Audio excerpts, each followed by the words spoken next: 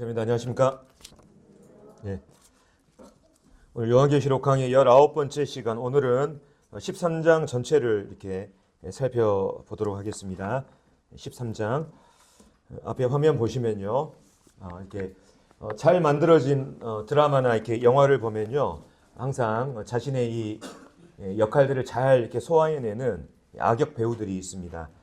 익숙한 배우들이죠. 그래서 이 악역을 맡은 배우들이 얼마나 자신의 역할을 잘 이렇게 소화해내느냐에 따라서 그 드라마나 영화의 이렇게 재미가 달라지기도 하고, 또 어떤 때는 악역을 맡은 배우가 이렇게 주인공 못지않는 이러한 인기를 누리는 경우도 많습니다.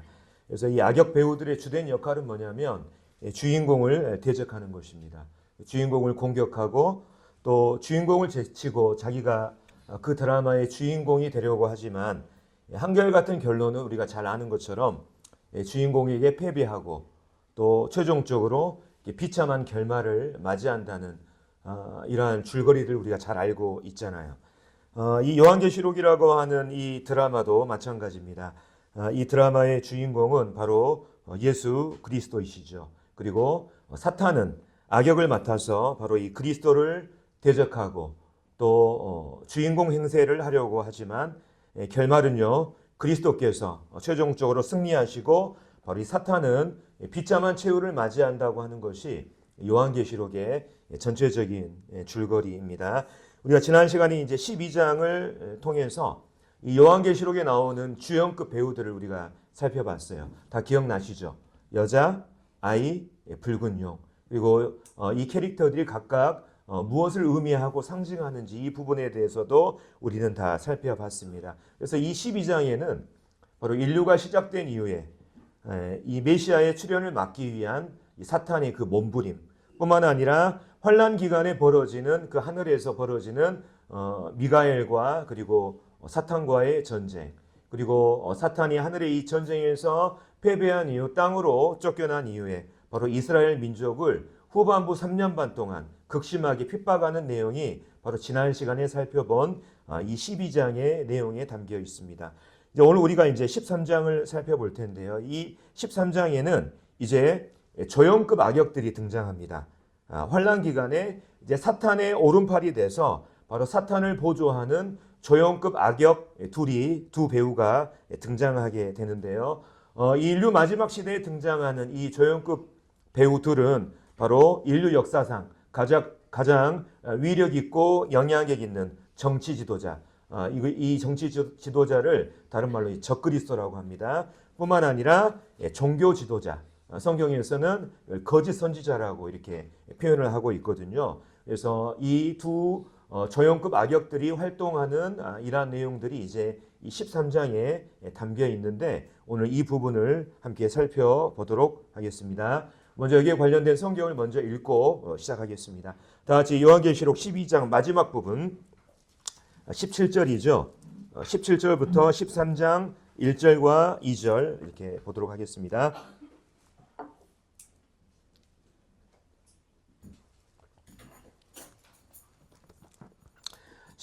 용이 여자에게 분노하여 돌아가서 그 여자의 남은 자손 곧 하나님의 계명을 지키며 예수의 증거를 가진 자들과 더불어 싸우려고 바다 모래 위에 서 있더라. 내가 보니 바다에서 한 짐승이 나오는데 뿔이 10이요 머리가 7이라. 그 뿔에는 10 왕관이 있고 그 머리들에는 신성모독하는 이름들이 있더라. 내가 본 짐승은 표범과 비슷하고 그 발은 곰의 발 같고 그 입은 사자의 입 같은데 용이 자기의 능력과 보좌와 큰 권세를 그에게 주었더라. 자, 12장 마지막은요, 이렇게 이제 결론을 맺고 있습니다. 이스라엘을 완전히 이렇게 멸절시키려고 하는 그 사탄의 계획이 실패하자 이제 사탄은 그 이스라엘의 남은 자들을 괴롭힐 목적을 가지고 이제 바다 모래 위에 서 있는 이 장면으로 끝이 납니다. 그러면서 이제 13장으로 넘어가거든요. 13장 1절에 보면 이제 13장을 시작하면서 바로 용이 이제 바닷가에 서서 이제 자기의 계획을 실행할 자기의 이 오른팔을 불러냅니다. 특별히 이제 우리가 보는 이 개역개정 성경, 그 다음에 흠정역 성경 모두 다 12장 마지막 구절과 13장 1절 사이에 있는 그리고라는 접속사가 모두 다 빠져 있어요. 근데 여기 안에는 원래는 이 그리고라고 하는 굉장히 중요한 접속사가 여기 들어 있습니다. 이 말은 무슨 의미를 가지고 있냐면 12장 마지막 구절과 13장 1절이 연속적으로 연결되는 구절이라는 것을 우리에게 보여주고 있는 것이죠. 그래서 용이 바닷가에 서서 이제 자기의 이 계획을 실행할 자기의 그 오른팔을 불러내는 것입니다. 그리고 이제 그 장면을 이제 요한이 1절과 2절을 통해서 이렇게 기록을 하고 있습니다. 자, 요한이 바다에서 나오는 한 짐승을 봤습니다. 근데 요한이 그 짐승에 대해서 표현하기를 그 짐승은 뿔이 10이고 머리가 7이고 그 뿔에는 10왕관이 있고 그 머리들에는 신성모독하는 이름이 있다고 이렇게 기록하고 있어요. 뿐만 아니라 요한이 본 그 바다에서 나오는 이 짐승이 어떤 짐승과 닮았냐? 표범과 비슷하고 그 발은 곰의 발 같고 그 입은 사자의 입 같은데 바로 이 용이 여기서 말하는 용은 우리가 12장에서 살펴봤죠. 용이 뭡니까? 바로 사탄이잖아요. 용이 자기의 능력과 보좌와 큰 권세를 바로 이 바다에서 나오는 이 짐승에게 주었다고 요한이 기록하고 있습니다. 바로 이것은 바다에서 나온 이 짐승이 사탄으로부터 능력과 권세를 받아서 바로 사탄의 대리자, 사탄의 화신으로서 이제 활동하게 된다는 것을 우리에게 보여주고 있습니다. 근데 이제 요한이 본 이 짐승에 대해서 우리가 이해하기 위해서는 실은 우리가 다니엘서를 다시금 살펴볼 필요가 있습니다. 그래서 제가 요한계시록 강의할 때 두 번째 시간에 이 다니엘서 2장과 7장과 관련된 부분들을 강의를 했지 않습니까? 바로 이러한 것들과 연관이 있기 때문에 그런 부분들을 이제 다뤘던 것이거든요. 그래서 잠깐 이제 이 부분을 설명하기 위해서 다니엘서에 나온 내용을 다시금 돌아가서 기억을 되돌아보도록 하겠습니다. 자, 우리가 지금 공부하고 있는 요한계시록과 짝을 이루는 구약 성경이 바로 이제 다니엘서라고 말씀을 드렸습니다. 그래서 이 다니엘서는 성경을 연구하는, 성경의 애언을 연구하는 학자들 사이에서 바로 성경 애언을 해석하는 중요한 열쇠라고 이렇게 불리고 있습니다. 특별히 이제 다니엘서 2장에 보면은 바로 바벨론 제국의 느부갓네살 왕이 한 꿈을 꾸게 되고 그 꿈에 대한 내용을 바로 다니엘이 해석하는 이러한 장면이 나옵니다. 그래서 우리가 그때 공부하기를 바로 이 느부갓네살 왕이 꾼 꿈은 바로 하나님의 이 세상 경영에 대한 이 계획을 다룬 것이다. 다시 말하면 이제 앞으로 바벨론을 시작으로 해서 이 세상을 다스릴 나라들에 대한 하나님의 계시라고 하는 이러한 부분을 우리가 살펴봤죠. 그래서 이 다니엘의 해석을 요약하자면 느부갓네살 왕이 이제 한 신상을 보잖아요. 그래서 그 신상의 금머리는 바로 바벨론 제국을 뿐만 아니라 은으로 된 가슴과 두 팔은 바로 바벨론 제국에 이어서 그 세계를 제패한 메데 페르시아 제국 뿐만 아니라 세 번째 노스로 된 배와 허벅지는 바로 알렉산더 대왕의 그리스 제국을 그리고 쇠로 된 그 두 다리는 로마 제국을 그리고 새와 진흙으로 된 발과 발가락은 바로 인류 마지막 시대에 등장할 적그리스도와 그의 왕국을 보여준다고 하는 이런 부분을 말씀을 드렸습니다. 근데 맨 마지막에 어떤 장면이 나오냐면 하늘에서 갑자기 손대지 아니한 돌이 나와서 이 신상을 완전 깨부수고 온 세상이 돌로 가득 찬 장면이 나오는데 바로 이것은 이 세상 마지막에 인간의 힘이 아니라 바로 신성한 힘에 의해서 세워지는 바로 그리스도의 나라 이 천년 왕국을 의미하는 것이라고 하는 이런 부분들을 우리가 이미 살펴본 바가 있습니다. 뿐만 아니라 이제 다니엘서 2장에 이러한 부분이 나와 있다면 다니엘서 7장에 가면 이제 다니엘이 이제 바다에서 나오는 네 짐승을 목격하잖아요. 이 네 짐승에 관한 환상이 바로 이것을 다시금 확인시켜 주고 있는 것을 보게 됩니다. 그래서 다니엘이 본 이 짐승들은 바로 인류 역사에 출현할 여러 제국들을 의미하고 있는데 바로 사자와 독수리의 날개가 조합된 그 짐승은 바로 바벨론 제국을 그리고 새 갈빗대를 물고 있는 곰에 해당하는 그 제국은 바로 메데 페르시아 제국을 뿐만 아니라 이제 머리가 넷인 또 날개 달린 이 짐승은 표범과 같은 이 짐승은 바로 그리스 제국을 또 새로 된 이빨과 그리고 열불 달린 짐승은 바로 로마 제국을 보여주고 있다고 하는 이런 부분을 우리가 다 공부한 바가 있어요. 근데 이 열불 가진 짐승의 이 머리에서 한 뿔이 이제 등장합니다.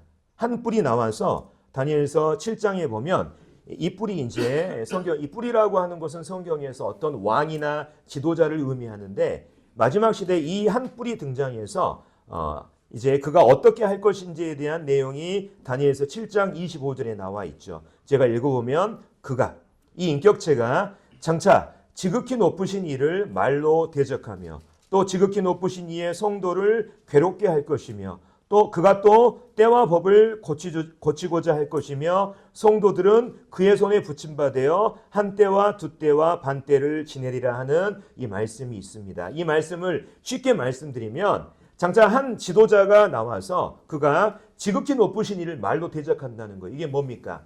예, 신성 모독을 일삼는다고 하는 거예요. 뿐만 아니라 지극히 높으신 이의 성도를 괴롭게 한다는 것은 다니엘 시대에 지극히 높으신 이의 성도는 누구를 얘기하는 거예요? 바로 이스라엘 민족을 얘기하는 거예요. 이 지도자가 이스라엘 민족을 괴롭게 할 것이고 또 때와 법을 고치고자 한다. 다시 말하면 약속을 파기한다는 것이에요. 뿐만 아니라 성도들은 이스라엘 민족은 그의 손에 붙임받아 한 때와 두 때와 반 때를 지난다. 그래서 이 한 때와 두 때와 반 때를 년으로 하면 3년 반, 월로 하면 42달, 일로 하면 1260일. 우리가 다 이런 부분들을 다 우리가 배운 바가 있습니다. 근데 이 뿔이 나와서 이러한 일을 하게 될 것이지만 7장 25절 이후에 이제 이런 말씀이 있습니다. 자, 아까 우리가 느부갓네살 왕의 꿈 이제 다니엘서 2장에 마지막에 손대지 아니한 돌이 나와서 신상을 깨부수고 바로 이 온 세상이 돌로 가득 찼다고 하는 이 말씀처럼 이 한 뿔이 나와서 이러한 일을 하게 되겠지만 7장 26절과 27절에 이제 이런 말씀이 있습니다. 그러나 심판이 시작되면 그는 권세를 빼앗기고 완전히 멸망할 것이요 나라와 권세와 온 천하 나라들의 위세가 지극히 높으신 이의 거룩한 백성에게 붙임바 되리니 그의 나라는 영원한 나라이라. 모든 권세에 있는 자들이 다 그를 섬기며 복종하리라. 장차 이 그라고 하는 존재가 나와서 바로 온 세상을 통치하고 다스리고 하나님을 대적하고 또 이스라엘 민족을 괴롭히는 이러한 일이 있겠지만 그러나 하나님의 이 심판이 시작되면 그가 금세 멸망할 것이고 이 땅에 바로 그분께서 통치하시는 그 영원한 나라가 세워진다고 하는 이 똑같은 약속의 말씀이 바로 다니엘서 2장과 7장에 똑같이 기록되고 있는 것을 보게 됩니다. 제가 왜 이 다니엘서 말씀을 다루냐면 바로 요한이 본 이 13장에 나오는 바다에서 나오는 짐승과 방금 다니엘서 7장에 다니엘이 이 바다에서 본 이 짐승이 있잖아요. 네 짐승이 굉장한 연관성이 있어요. 어떠한 부분에서 연관성이 있냐? 자, 여기 보면 자, 다니엘이 본 그 짐승들의 머리와 뿔을 합치면 바로 요한계시록 13장에 나와 있는 이 짐승의 머리 숫자와 뿔 숫자와 똑같습니다. 계산해 보시면 여러분들이 알 것이고 뿐만 아니라 다니엘서 7장에 나와 있는 그 다니엘이 묘사한 그 짐승, 예를 들면 사자, 곰, 표범, 여기와 같은 똑같은 이러한 이름들이 바로 요한계시록 13장에 바다에서 나오는 이 짐승에 그대로 적용되고 있는 것을 보게 됩니다. 그래서 이러한 것들을 종합해 볼 때 우리가 얻을 수 있는 결론은 뭐냐면 바로 계시록 13장에 나오는 이 요한이 본 이 바다에서 나오는 이 짐승은 바로 인류 역사 속에서 하나님과 그분의 백성들을 대적했던 그 인류의 제국들, 예를 들면 바벨론과 페르시아와 그리스도와 로마와 같은 이 제국들의 총합이자 최후의 이 결정체라는 것을 우리에게 잘 보여주고 있습니다. 다시 말하면 그리스도의 재림 전에 온 세상을 다스리면서 하나님을 대적하고 이스라엘을 괴롭힐 적그리스도와 그의 왕국을 이 장면을 통해서 우리에게 보여주고 있는 거예요.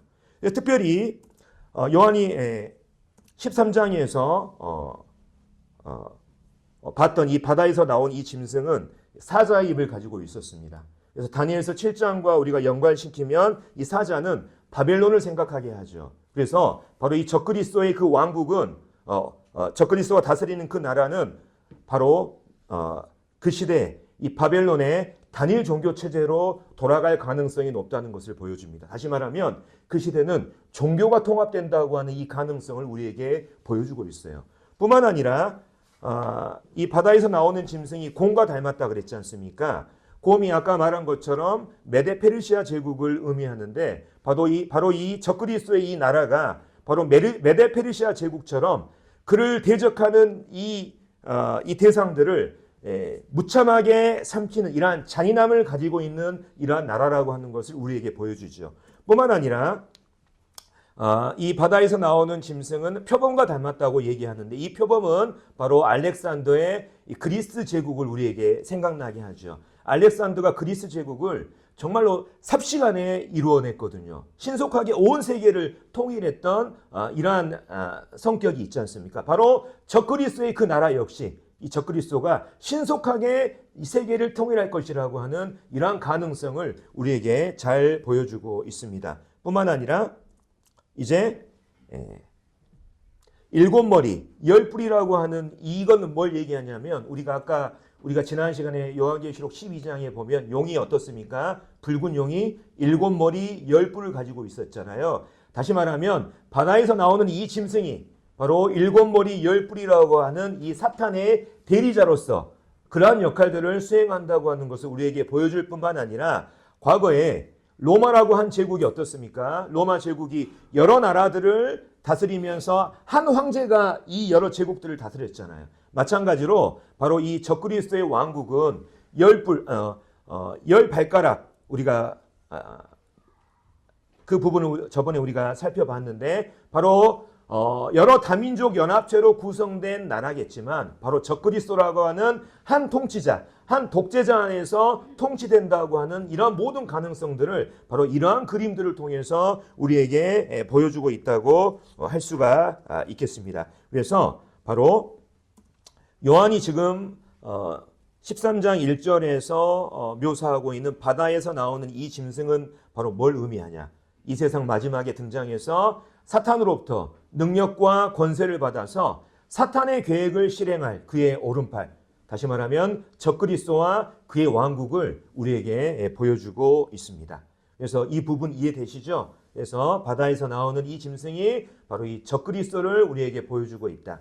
근데 이제 3절로 넘어가면 왜 어떻게 이 적그리스도가 온 세상에 이러한 인기를 한 몸에 얻고 세상의 지도자로 급부상이 되는지 그 배경에 대해서 우리에게 보여주고 있는데요. 그 부분을 한번 살펴보도록 하겠습니다. 13장 3절에 보면 이 말씀이 있습니다. 그의 머리 하나가 상하여 죽게 된 것 같더니 그 죽게 되었던 상처가 나음에 죄송합니다.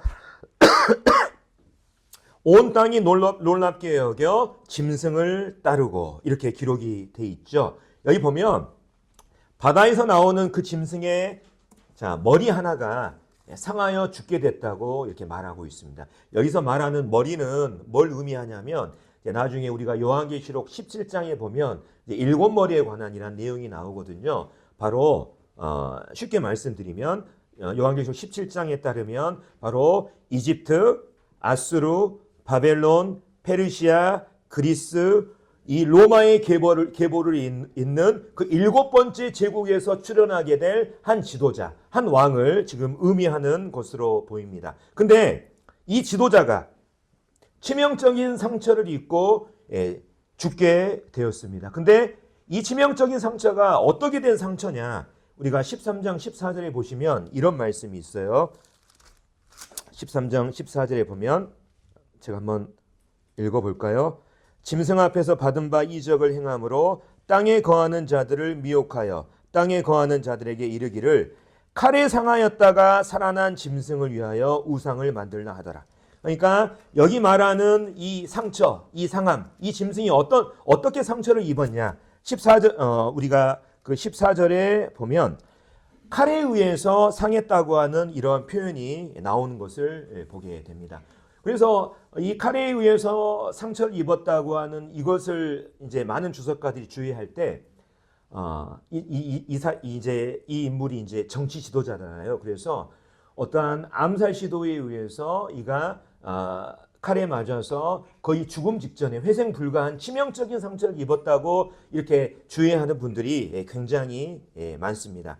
근데 이 상처는 이제 칼에 의한 상처인데 완전히 이제 정말 이제 치명적인 상처를 입고 죽게 되었습니다. 근데 회생 불가한 이 상처가 낫게 되자 온 세상이 그것을 놀랍게 여겼다고 말하고 있습니다. 여기서 이제 놀랍게 여겼다고 하는 이 헬라어 단어가 이제 다우마조라고 하는 이 표현이 쓰였는데 이 표현은 어떨 때 이제 신약 성경에서 쓰였냐면 예수님께서 이렇게 바다의 이 파도와 바람을 잔잔하게 하시는 장면이 나오잖아요. 제자들이 그 장면을 보고 바로 이 창조주의 능력을 보고 경악하는 놀라는 장면이 나옵니다. 그 놀람을 표현할 때 바로 똑같은 이 놀랍게 여겼다는 이 다우마자라고 하는 표현이 쓰였거든요. 그래서 이 놀랍게 여겼다고 하는 이 뜻은 어떤 의미를 가지고 있는 어떤 놀라움을 말하냐면 바로 인간의 이해력을 훨씬 뛰어넘는 아주 경악할 수준의 믿을 수 없는 이러한 놀라움. 예수님의 제자들이 그 창조의 능력을 봤을 때 그들이 느꼈던 이러한 놀라움, 이러한 놀라움으로 우리가 생각해 봤으면 이렇게 생각해 보면 좋겠습니다. 짐작컨대 이 정치 지도자는 사람들이 정말 죽었다고 생각했는데 기적적으로 살아난 것으로 보입니다. 그래서 한 저명한 주석가가 이 부분을 이렇게 해석을 할 때 이렇게 해석하는 것을 보게 됩니다. 바로 적그리스도가 가짜로 부상을 입은 척 했다가 부활한 척해서 바로 그리스도의 죽음과 기적적인 부활을 그가 흉내냄으로써 사람들의 신망을 받고 자기를 그리스도처럼 따르게 하는 이러한 장면으로 해석하는 이러한 분들이 꽤 많아요. 또 어쩌면 아까 말씀드린 것처럼 이 지도자는 어떤 누군가의 어떤 저격이나 암살에 의해서 아주 회생 불가한 이러한 상처를 입었지만 이제 뒤에 보면 사탄이 용이 그에게 권능을 줬다고 이렇게 말한 이런 표현이 있거든요. 바로 사탄이 주는 이 초자연적인 능력으로 인해서 아마 기적적으로 회생했을 이러한 가능성이 있습니다. 그래서 이 지도자가 바로 이러한 치명적인 상처로 인해서 거의 죽었다고 생각했는데 바로 사탄이 주는 이러한 능력으로 인해서 기적적으로 살아나자 이제 온 세상 사람들이 이 적그리스도를 따르는 이러한 부분들을 생각해 볼 수가 있고 이 부분을 우리가 생각해 볼 수가 있습니다. 그래서 이 용이 바로 이 짐승 적그리스도에게 권세를 준 이유로 바로 사람들이 용에게 경배하고 짐승에게 경배하여 이르되 누가 이 짐승과 같으냐 누가 능히 이와 더불어 싸우리요 하더라 하면서 바로 사람들이 이 용을 경배하고 칭송하는 것을 보게 됩니다.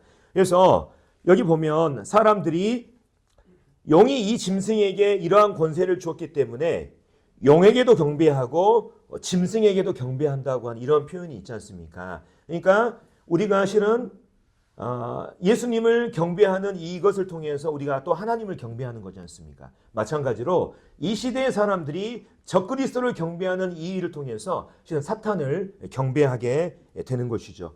뿐만 아니라 이 시대의 사람들이 이 짐승을 향해서 이렇게 외치고 칭송하고 있습니다. 누가 이 짐승과 같으냐? 누가 능히 이와 더불어 싸우리요?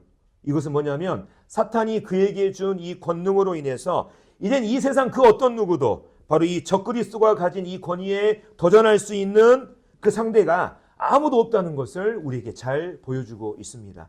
뿐만 아니라 우리가 11장과 연관해서 해석한다고 이 부분을 연결해서 우리가 생각해 본다면 11장에는 두 증인이 나오잖아요.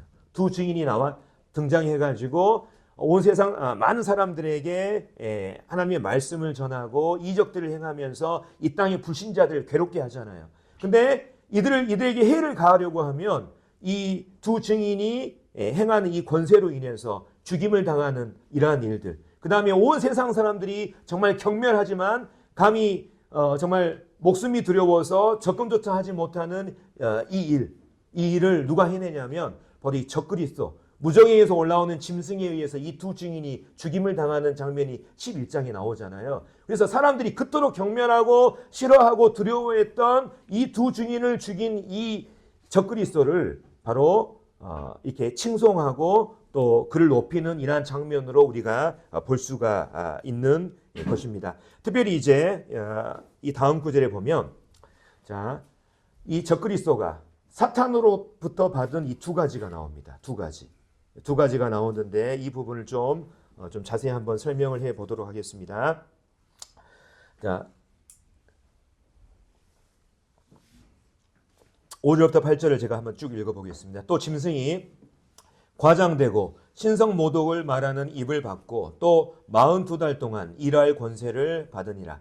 짐승이 입을 벌려 하나님을 향하여 비방하되 그의 이름과 그의 장막 곧 하늘에 사는 자들을 비방하더라. 또 권세를 받아 성도들과 싸워 이기게 되고 각 족속과 백성과 방언과 나라를 다스리는 권세를 받으니 죽임을 당한 어린 양의 생명책에 창세 이후로 이름이 기록되지 못하고 이 땅에 사는 자들은 다 그 짐승에게 경배하리라. 자, 5절에 보면은 적그리스도가 이 사탄, 용으로부터 받은 이 두 가지가 나오는데 하나는 뭡니까? 파란색 글씨로 되어 있는 신성 모독을 말하는 입을 받았다 그랬습니다. 그 다음 두 번째 받은 게 뭐냐면 42달 동안 일할 권세를 받았다고 하는 거예요. 두 가지를 받은 거예요. 하나는 입을 받았고 하나는 권세를 받았다고 하는 이 부분을 우리에게 보여주고 있습니다.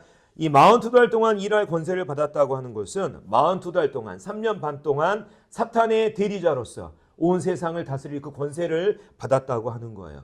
그리고 이어지는 6절에는 바로 그리스도가 이 사탄으로부터 받은 이 입을 통해서 그가 과연 어떤 일을 하는지 뿐만 아니라 7절부터 9절까지는 그가 받은 권세를 가지고 이 적그리스도가 뭘 하는지가 자세히 기록되어 있는 것을 보게 됩니다. 그래서 우리가 아까 먼저 다니엘서 7장을 살펴봤죠. 한 뿔이 나와서 그가 뭘 한다 그랬습니까? 지도자가 나와서 그가 장차 지극히 높으신 이를 말로 대적한다. 두 번째 또 보면 지극히 높으신 이의 성도를 괴롭게 할 건데 성도들은 그의 손에 붙임바 되어 한 때와 두 때와 반 때, 년으로 하면 3년 반, 개월로 하면 42달, 일수로 하면 1260일. 그래서 이런 부분들이 다 이렇게 다니엘서와 연관이 되어 있는 것을 보게 됩니다. 그래서 첫 번째, 그는 과장되고 이 적그리스도는 사탄으로부터 과장되고 신성 모독을 말하는 입을 받았습니다. 그래서 그 입을 통해서 하나님을 비방하고 하나님의 그 이름과 하늘에 사는 자들을 비방한다고 성경에 나와 있죠. 이건 뭐냐면 바로 이 적그리스도가 하나님과 성도들을 비방하는데 그것을 듣는 사람들로부터 동조를 이끌어내는 아주 굉장히 타고난 웅변수를 받았다고 하는 것을 우리에게 보여주고 있어요. 두 번째, 그는 42달 동안, 42달이면 3년 반이잖아요.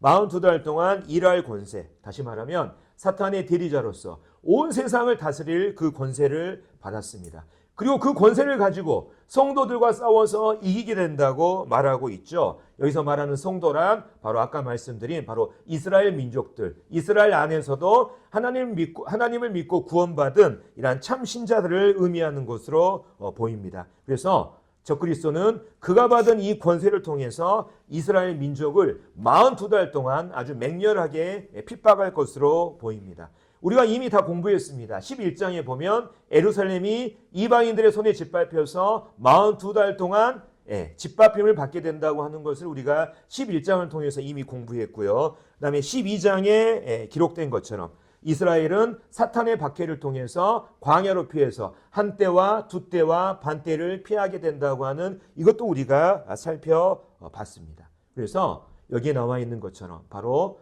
환란기 후반부 3년 반 동안 이스라엘과 그 참신자들은 바로 이 사탄과 이 사탄의 대리자인 적그리스도로부터 아주 맹렬한 핍박을 받게 된다고 하는 이것을 우리가 알게 되죠.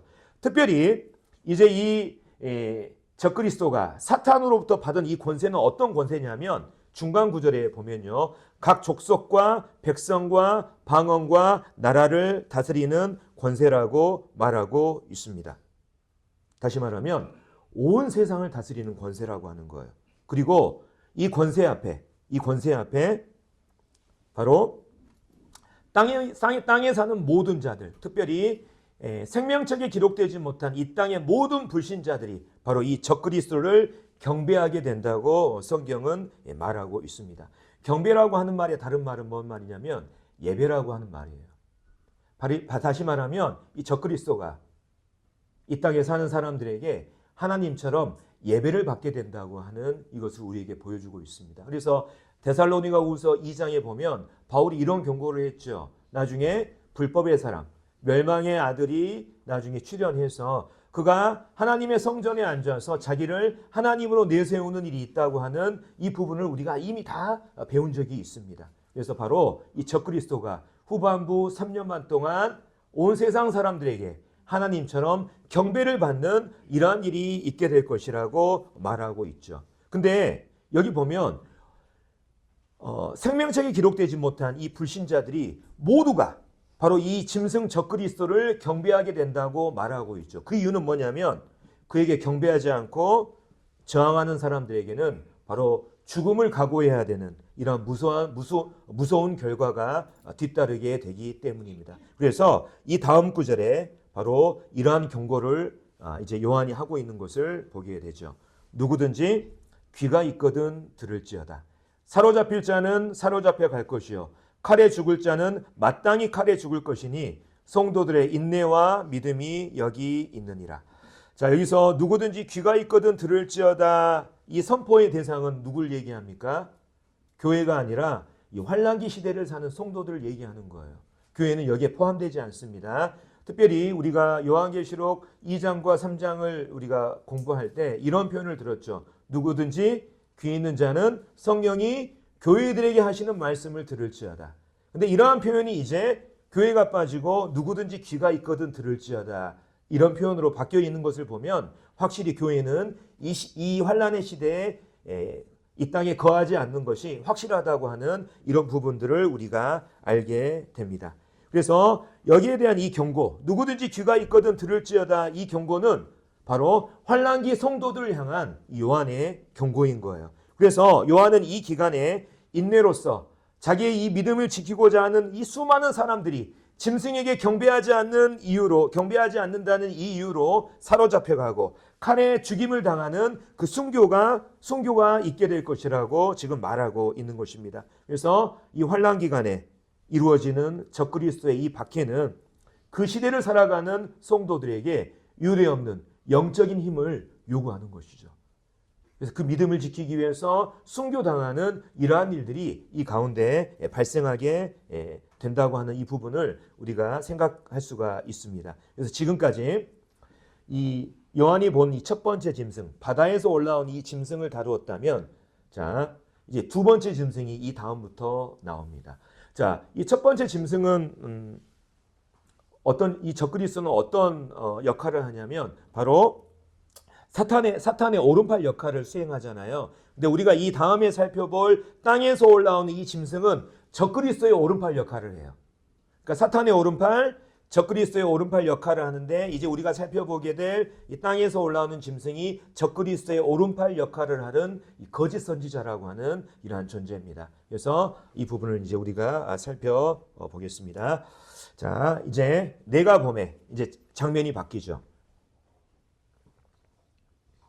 또 다른 짐승이 땅에서 올라오니, 아까는 바다에서 나왔잖아요. 이제 땅에서 올라오는데 어린 양같이 두 뿔이 있고 용처럼 말을 하더라. 자, 요한계시록 이제 우리가 아직 공부는 안 했지만 19장에 가면 이 땅에서 올라오는 짐승을 어떻게 표현하냐면 거짓 선지자라는 표현을 씁니다. 거짓 선지자. 이 선지자라고 하는 이름이 있는 걸로 봐서 바로 이 존재, 땅에서 올라온 이 짐승은 바로 종교 지도자일 가능성이 크다고 하는 것을 우리가 예상해 볼 수가 있습니다. 그래서 요한은 이 짐승이 어린 양 같은 두 뿔이 있는데 용처럼 말을 한다고 하는 이 표현을 쓰는 것을 보게 됩니다. 이 말은 어떤 뜻을 가지고 있냐면 이 짐승, 이 존재가, 이 종교 지도자가 겉으로는 어린 양처럼 유순해 보이지만 그의 입에서 나오는 말들은 용과 같은 말들. 이 용이 이제 사탄을 말하잖아요. 바로 사탄처럼 사람들을 속이고 미혹하는 이러한 말들이 바로 이 종교 지도자의 입에서 나온다고 하는 이런 부분들을 지금 말하고 있습니다. 그래서 지금부터는 제가 땅에서 올라오는 이 짐승을 제가 거짓 선지자로 명명을 하고 이렇게 말씀을 전하겠습니다. 자, 이제 이 두 번째 짐승에 대해서 이 거짓 선지자에 대해서 이제 설명을 하는데 12절과 13절에 보면 이런 말씀이 있습니다. 그가, 여기서 말하는 그는 누굽니까? 땅에서 올라온 이 거짓 선지자를 얘기하는 거예요. 여기서 그라고 하는 표현이 썼다고 하는 인칭 대명사가 쓰였다고 하는 것은 이게 뭡니까? 인격체라고 하는 것을 우리에게 보여주는 거예요. 그가 먼저 나온 짐승이 뭐예요? 아까 첫째 짐승, 적그리스도. 먼저 나온 짐승의 모든 권세를 그 앞에서 행하고 적그리스도 앞에서 행했다는 거예요. 땅과 땅에 사는 자들을 처음 짐승에게 경배하게 하니. 그러니까 이 거짓 선지자의 임무와 역할은 뭐냐면 이 땅에 거하는 불신자들이 모두 이 처음 짐승인 적그리스도에게 경배하도록 모든 그의 초점이 역할이 맞춰져 있는 것입니다. 이 처음 짐승이 어떤 자냐? 곧 죽게 되었던 상처가 나은 자니라. 큰 이적을 행하되 심지어 사람들 앞에서 불이 하늘로부터 땅에 내려오게 하고, 자, 이렇게 이 두 번째 짐승에 대해서 설명을 하고 있는데요. 자, 이 두 번째 나온 짐승도 사탄으로부터 권세를 받아서 사람들 앞에서 사람들 앞에서 권능을 행하는데, 특별히 이 권능을 먼저 나온 짐승 앞에서 행한다고 말하고 있습니다. 그러니까 이건 어떤 의미를 가지고 있냐면 이 거짓 선지자가 행하는 모든 이적들이 이 적그리스도를 위한 것이라고 하는 거예요. 이 이적을 행하면서 이 적그리스도를 높이고 이 적그리스도를 영광스럽게 하는 이 일을 바로 이 두 번째 짐승, 이 거짓 선지자가 한다고 하는 것을 우리에게 보여주고 있습니다. 이 거짓 선지자의 가장 큰 임무는 뭐냐면 온 세상 사람들로 하여금 적그리스도에게 주목하게 하고 최종적으로는 땅에 사는 모든 사람들이 적그리스도를 경배하는데 그의 목적이 있는 것을 보게 됩니다. 그래서 아까 첫 번째 짐승 이 적그리스도가 자기가 하는 일을 통해서 사람들이 사탄을 경배하게 하는 이 일에 초점이 맞춰져 있다면 이 두 번째 거짓 선지자는 자기가 하는 이 이적을 통해서 적그리스도를 높이는 이러한 일들을 하는 것이죠. 그래서 실은 이제 많은 성경학자들이 바로 지금 이 13장에 보면 용이 나오고 적그리스도가 나오고 거짓 선지자가 나오잖아요. 이들을 가리켜서 바로 사탄의 삼위일체라고 말하고 있습니다. 사탄의 삼위일체. 그래서 우리가 이제 이 삼위일체라는 개념이 굉장히 이해가 어렵고 또 설명하기도 어렵습니다. 근데 쉽게 말씀드리면 하나님의 삼위일체가 있습니다. 성부 하나님, 성자 하나님, 성령 하나님. 성령 하나님께서 하시는 일이 뭡니까? 성령 하나님의 사역을 통해서 그리스도를 영광스럽게 하는 것이 성령님의 사역이잖아요. 그리스도의 성자 하나님 예수 그리스도의 사역은 어떤 것입니까? 그분의 사역을 통해서 하나님을 높이고 하나님을 영광스럽게 하는 것이 이 그분의 사역이에요. 그래서 이 하나님의 이 삼위일체의 사역이 이거예요. 성령은 그리스도를 높이고 그리스도는 하나님을 높이고, 마찬가지로 여기 나와 있는 이 사탄의 삼위일체는 바로 이 거짓 선지자는 적그리스도를 높이고 적그리스도는 사탄을 높이고, 그래서 바로 이 사탄의 삼위일체가 바로 하나님의 삼위일체를 지금 모방하고 있다, 이렇게 해석하는 분들이 굉장히 많습니다. 특별히 이 거짓 선지자가 적그리스도를 위해서 행하는 가장 큰 이적은 뭐냐면 불이 하늘로부터 내려오게 하는 거예요. 불이 하늘로부터 내려오게 하는 거. 그래서 제가 이제 그 이해가 쉽게 이제 이런 그림을 하나 이제 따왔는데요. 실은 우리가 하늘에서 어떤 불이 내려온다. 이것은 어떤 의미를 가지고 있냐면 그가 참된 하나님의 선지자라고 하는 이러한 증명이 되는 것입니다. 예를 들면 우리가 구약 성경에 이러한 예가 있었죠. 엘리야와 바알의 선지자들이 갈멜산에서 누가 정말 참된 선지자인가 이런 대결을 하지 않습니까? 그래서 결국에는 하늘로부터 내려오는 이 불, 이적을 통해서 엘리야가 하나님으로부터 온 진짜 참된 선지자라고 하는 것이 증명이 되지 않습니까? 실은 성경에서 하늘로부터 불이 내려오게 하는 이것은 바로 그 사람이 하나님의 참된 선지자라고 하는 이러한 신임장과 같은 역할들을 하는 거예요.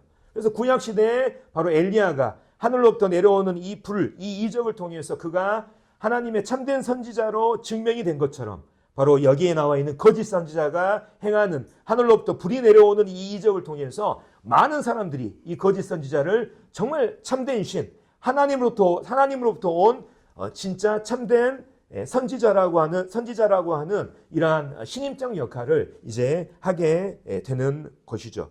그래서 이 거짓 선지자가 이러한 여러 이적들을 통해서 적그리스도를 높이고 뿐만 아니라 그가 행하는 모든 이적을 행함으로 인해서 그가 바로 땅에 거하는 자들을 미혹한다고 성경은 말하고 있습니다.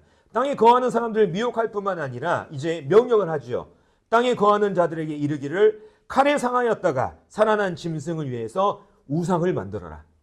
이렇게 명령을 하는 것을 보게 됩니다.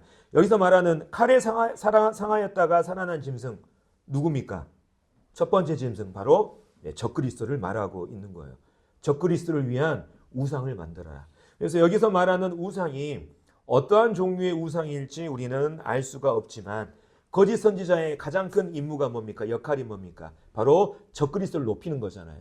적그리스도를 경배하게 하는 거잖아요. 그래서 그러한 것들을 생각해 보면 바로 이 우상이라고 하는 것은 적그리스도를 시각적으로 대변하게 할 수 있는 이러한 우상이라고 하는 이러한 생각을 해보게 됩니다.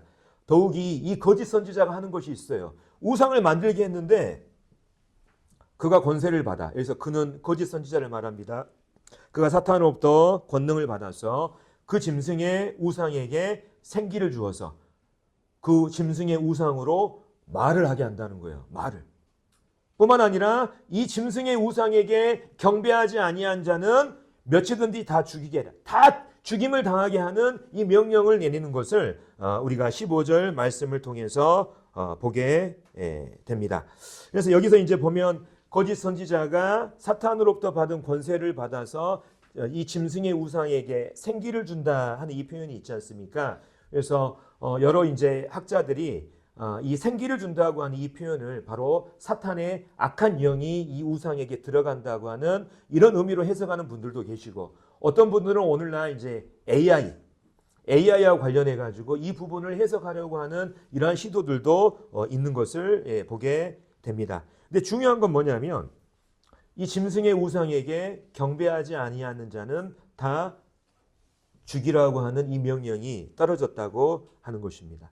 이건 뭘 의미하냐면 바로 이 땅의 모든 종교가 이때에는 짐승을 경배하는 단 하나의 종교로 통합된다고 하는 것을 우리에게 보여주고 있습니다. 이 짐승에게 지금 종교의 자유가 있지 않습니까? 그렇죠? 근데 이 환란 시대에는 이 적그리스도가 통치하는 이 시대에는 적그리스도에게 경배하지 않는 이 모든 사람은 죽임을 당하는 하나의 단일 종교 체제로 돌아간다고 하는 것을 우리에게 보여주고 있습니다. 예. 그래서 오늘날 우리가 지금 보면은 WCC를 중심으로 종교통합운동이 일어나고 있지 않습니까? 실은 이런 것들이 이러한 발단이 될 수 있다는 이런 생각도 우리가 해보게 됩니다. 우리가 직접적으로 연관시킬 수는 없지만은 그래서 그러한 부분도 염두에 두고 생각해 보시면 좋겠습니다. 특별히 이제 이 거짓 선지자가 이 온 땅에 이 짐승을 경배하게 하는 이 단일 종교 체제를 강화하기 위해서 하는 행동이 이 다음 구절에 나와 있습니다. 우리가 잘 아는 내용이 나와 있죠. 자, 16절부터 18절을 제가 읽겠습니다. 그가 이렇게 나와 있죠. 여기서 그가 누구예요? 적그리스도가 아니라 거짓 선지자를 말하는 거예요. 거짓 선지자. 우리가 적그리스도의 표를 준다고 우리가 알고 있잖아요. 그게 아니에요. 여기서 말하는 그는 거짓 선지자를 얘기하는 거예요. 적그리스도를 경배하게 하는. 그래서 제가 읽겠습니다. 그가 모든 자, 곧 작은 자나 큰 자나 부자나 가난한 자나 자유인이나 종들에게 그 오른손에나 이마에 표를 받게 하고 누구든지 이 표를 가진 자 외에는 매매를 못하게 하니 이 표는 곧 짐승의 이름이나 그 이름의 수라. 지혜가 여기 있으니 총명한 자는 그 짐승의 수를 세어보라. 그것은 사람의 수니 그의 수는 666이니라. 우리가 이제 잘 아는 말씀인데 적그리스도가 아니 이 거짓 선지자가 적그리스도를 경배하는 숭배하게 하는 이 단일 종교 체제를 완전히 확실하게 하기 위해서 그가 행하는 일이 바로 이제 이게 여기에 나와 있는 것입니다. 바로 큰 자나 작은 자나 부자나 가난한 자나 자유인이나 종을 막론하고 이 땅에 거하는 모든 사람들에게 이마나 오른손에 표를 받게 했습니다. 여기서 말하는 이 표는 뭐냐면 인장, 표식을 말하는 것이죠. 근데 17절에 보면 이 표가 무엇과 관련이 있냐면 이 표는 곧 짐승의 이름이나 그 이름의 수라 이렇게 기록되어 있잖아요. 바로 이 표식이 적그리스도의 이름이나 아니면 그 이름의 숫자와 연관이 있다는 것을 우리에게 보여주죠. 아마도 이제 제가 생각했을 때는 이 표식에 이마나 오른손에 받는 이 표식에 적그리스도의 이름이 적혀 있거나 아니면 적그리스도를 나타내는 어떤 숫자들이 이렇게 표로 이렇게 기록될 것이라는 이러한 가능성을 저는 생각해 봅니다. 그래서 자 이제 이마와 오른손에 이제 표가 기록됐다고 하는 이 부분을 우리가 생각해 보면 우리가 요한계시록 7장에 보면 14만 4천이 나옵니다. 이 사람들이 환란에 들어가기 전에 이마에 뭘 받습니까? 인을 받죠. 근데 14장에 보면 그 인이 무엇이 기록되어 있는지가 나와 있습니다. 14장에 보면 그 14장 한번 볼까요? 14장 1절 한번 보시게요. 우리가 이제 다음 강의 때 할 내용이니까 그 이마에 뭐가 기록되어 있냐? 자 읽겠습니다. 또 내가 보니 보라 어린 양이 시온산에 섰고 그와 함께 14만 4천이 서 있는데 그들의 이마에는 어린 양의 이름과 그 아버지의 이름을 쓴 것이 있더라. 그러니까 그 인표에는 뭐가 적혀 있는 거예요? 14만 4천. 어린 양의 이름과 하나님의 이름이 적혀져 있는 거예요. 그러니까 어린 양의 이름과 하나님의 이름이 적혀져 있다는 것은 어떤 의미를 가지고 있냐면 이들이 어린 양과 하나님의 소유이고 어린 양과 하나님을 따르는 사람들이라고 하는 것을 보여주고 있는 것입니다. 반대로 이마나 오른손에 적그리스도의 이름이 기록됐다는 건 뭡니까? 그 사람들이 적그리스도의 소유이고 적그리스도를 따르는 사람들이라는 것을 공개적으로 표현하는 거예요. 무슨 말씀인지 이해됐죠? 그러니까 이마에나 오른손에 표를 받는다고 하는 것이 과연 거기에 무엇이 기록되어 있냐? 이것을 통해서 그 사람들이 과연 어떤 사람들인가? 우리가 이것을 알 수가 있는 것이죠. 그래서 이제 14장에 보면 이제 이런 무서운 경고가 있어요. 천사가 하늘 날아가면서 사람들에게 경고를 하고 있습니다. 너희 이마나 자 읽겠습니다. 만일 누구든지 짐승과 그의 우상에게 경배하고 이마에나 손에 표를 받으면 그도 하나님의 진노의 포도주를 마시리니 그 진노의 잔에 섞인 것이 없이 부은 포도주라. 거룩한 천사들 앞과 어린 양 앞에서 불과 유황으로 고난을 받으리니 그 고난의 연기가 세세토록 올라가리로다. 짐승과 그의 우상에게 경배하고 그의 이름표를 받는 자는 누구든지 밤낮 쉼을 얻지 못하리라. 여기 보면 절대 이 땅에 사는 사람들에게 절대 그 표를 받으면 안 된다고 하는 이 무서운 경고를 하고 있는 것을 보게 돼요. 왜냐하면 그 표를 받는 것은 결국 적그리스도의 소유가 되고 내가 적그리스도를 따르겠다고 하는 것을 공개적으로 내가 고백하는 것이기 때문입니다. 자, 그래서 이제 이 짐승의 표에 대해서 우리가 살펴봤고 좀 더 구체적으로 이제 이 거짓 선지자가 이 표를 통해서 하는 게 뭐냐면 이 표를 가진 자 외에는 매매를 못하게 하는 거예요. 그러니까 이 거짓 선지자가 이 짐승의 표를 받지 않는 사람들의 물건을 사고 파는 이 매매 행위를 완전히 금지시켰다고 하는 것입니다. 그때는 우리가 생각해 보면 이 땅에 임한 일곱 인과 나팔과 대접의 심판으로 인해서 어떻습니까? 이 땅에 가뜩이나 식량이 부족한 상태예요. 근데 짐승의 표를 받지 않으면 매매가 불가능하니까 사람들이 얼마나 살아가기가 힘들겠습니까? 그러니까 짐승의 표를 받지 않으면 목숨을 부지하기가 어려워지는 거예요.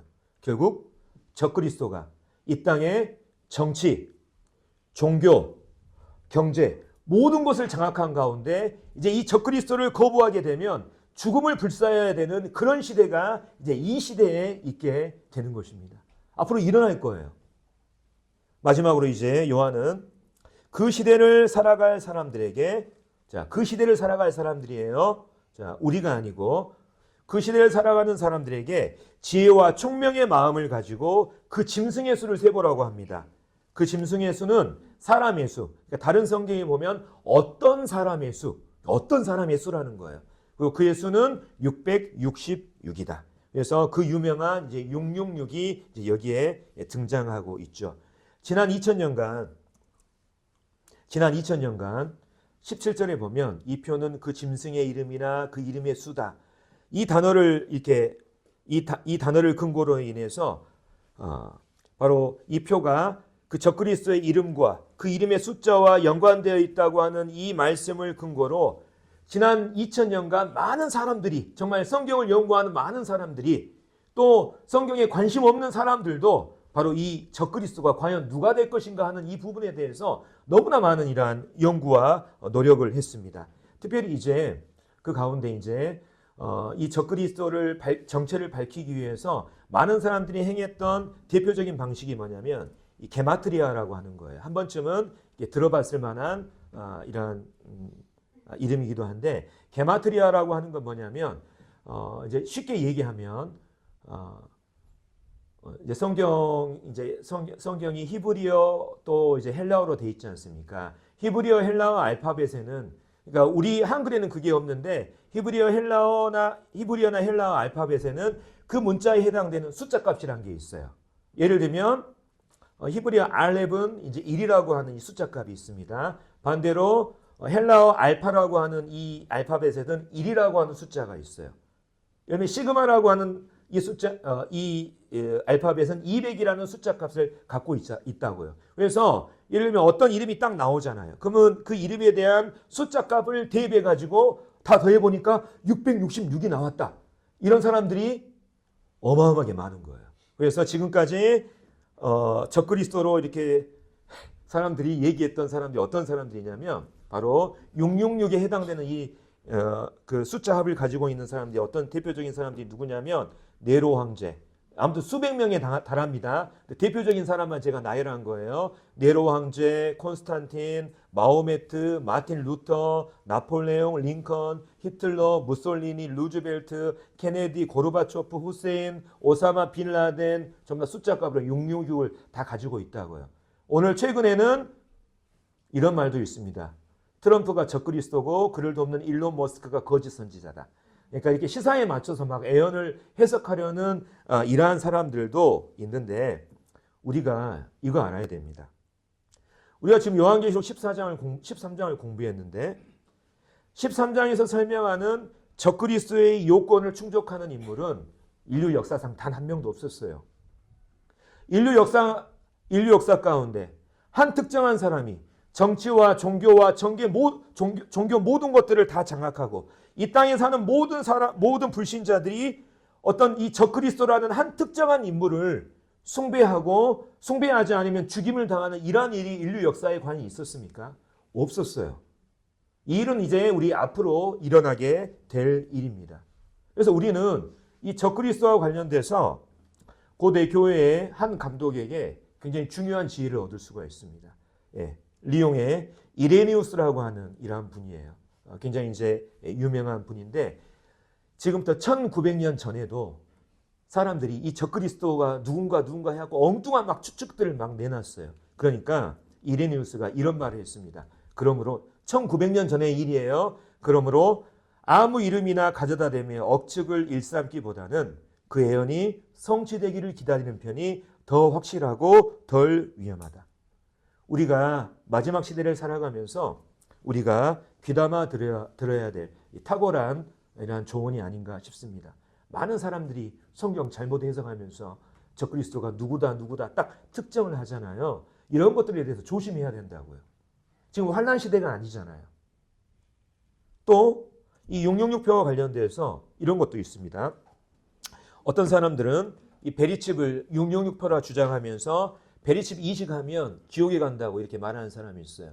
우리 모임에도 이런 분들이 있습니다. 실은 정말 이제 복음 전하면서 이런 것들을 이렇게 접목해서 불신자들을 경고하고 또 성경에 대한 이런 말씀들을 가르치기 위해서 이런 것들을 접목하는 건 정말 좋은데, 베리칩이 666표니까 이거 받으면 안 된다 이렇게 말하는 것도 큰 문제가 있습니다. 자, 이 베리칩이라고 하는 건 뭐냐면 사람의 몸속에 이식하는 아주 작은 칩을 말해요. 근데 현재 지금 이게 상용화되어 있습니다. 그래서 사람의 신원을 확인하거나 아니면 병원에 가면 그 사람 정보를 알아야 되잖아요. 그렇죠. 그냥 쉽게 바로바로 수술하고 하지 않습니까? 그래서 그러한 의료용 목적으로 현재 외국에서 선진국에서 활용하고 있는 것이 이 베리칩이라고 하는 이러한 장치예요. 근데 분명한 것은 뭐냐면 용용육표는 언제 가서 받는 겁니까? 언제 받는 거예요? 환란기 때 받는 거예요. 환란기가 돼서야 받는 것이라고요. 근데 지금은 환란기가 아니잖아요. 근데 베리칩이 666표라고 물론 이제 베리칩이 666표로 발전한 가능성을 우리가 무시는 못합니다만 베리칩이 여기 나와 있는 그 666표니까 이거 받으면 지옥 간다고 하는 이 주장은 어떤 주장이에요? 지금이 환란 시대라고 하는 이런 잘못된 주장인 거예요. 이것도 우리가 잘 분별을 해야 되는 것입니다.